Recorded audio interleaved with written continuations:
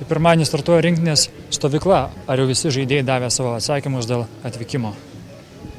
Taip, davė visi. Paskutinis, turbūt visi žino, tai Šarūnas, su kuriuo kalbėjausi vakar. Sutarėm, bet jisai Druskininkuose dar nepasirodys. Tiesiog turi įsipareigojimų ir šeiminių, sakysim, reikalų.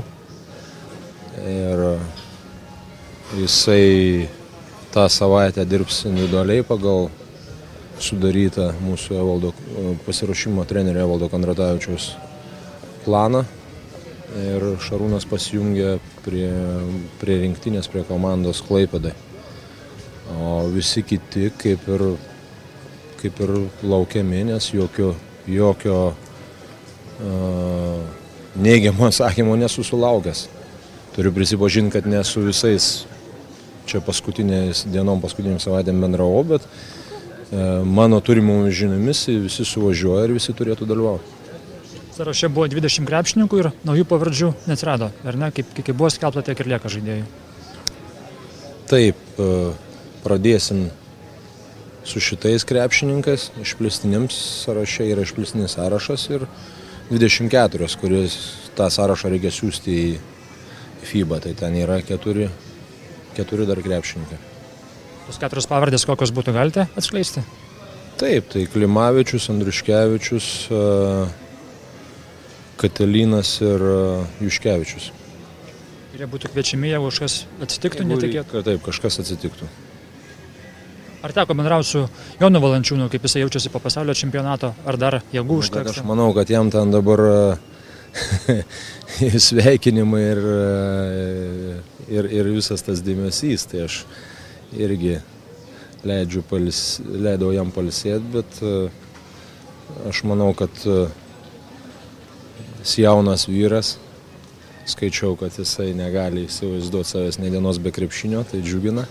Aišku, mes atsižvelgsime į tai, kad jisai žaidė, kad jis buvo pasiekęs tą savo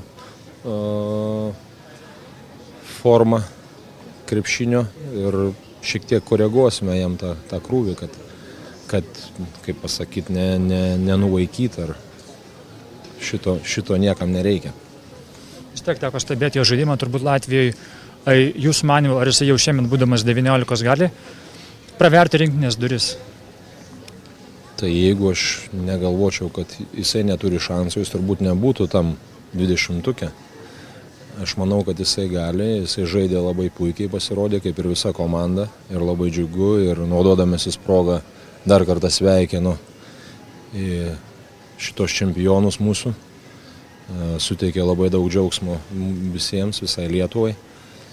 Sveikinu ypač trenerių štabą ir trenerį Kazį Makskvytį, kurie padarė labai šaunų puikų darbą, subūrus tą ir buvo gražu žiūrėti, kaip jie žaidžia. O Jonas, kalbos nebuvo, jisai buvo pagrindinis žaidėjas ir lyderis ir labai daug tokių pozityvių ir gerų dalykų aš mačiau, kaip jisai ragina, kaip jisai, ragina savo komandos draugus, ten ramina nepasisekus arba užvadinėja ir pats ir emocingai žaidė ir jo pasisakymai, interviu visi.